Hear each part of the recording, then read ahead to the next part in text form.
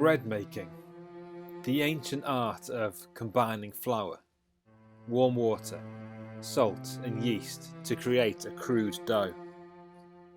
Kneaded, pounded, pulled, stretched and thrown. The dough is forced to yield. Kneading dough forces change and transformation, allowing it to rise. After this kneading process, you put the dough somewhere warm and dark, and there you leave it. A skilled baker knows just how long to leave the dough. The dough doesn't know this, but the baker does. They are the one with the recipe.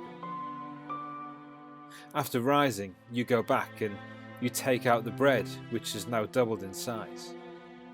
You punch it down and knead it again. Then you shape it, put it in a tin, and leave it to rest.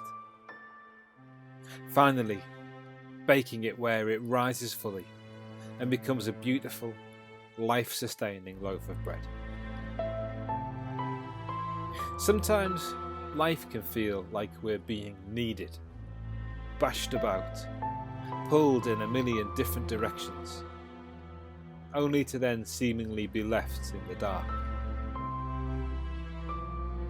There's an ancient story about a man called Jacob. One night, Jacob sets out to meet his brother, a brother who Jacob cheated, alienated, and hid from, a brother who wished him dead.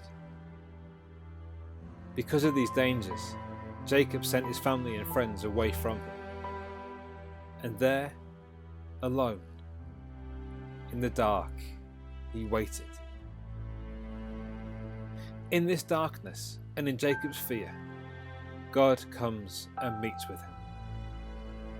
Not with a warm embrace and comfort, but by physically wrestling with him.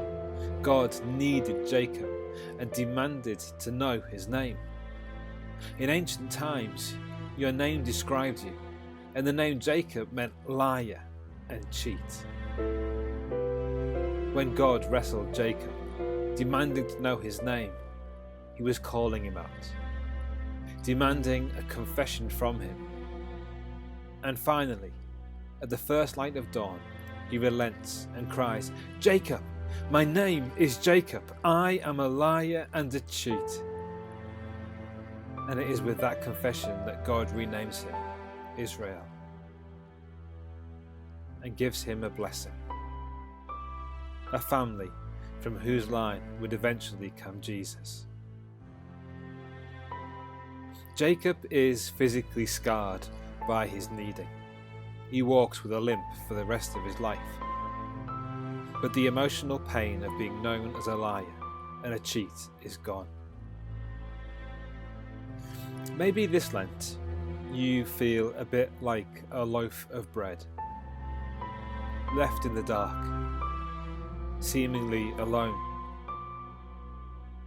wrestled with, battered and kneaded. From this wrestling, may you find blessing. May you be blessed. May you find healing and trust in the process of being refined into life-sustaining goodness.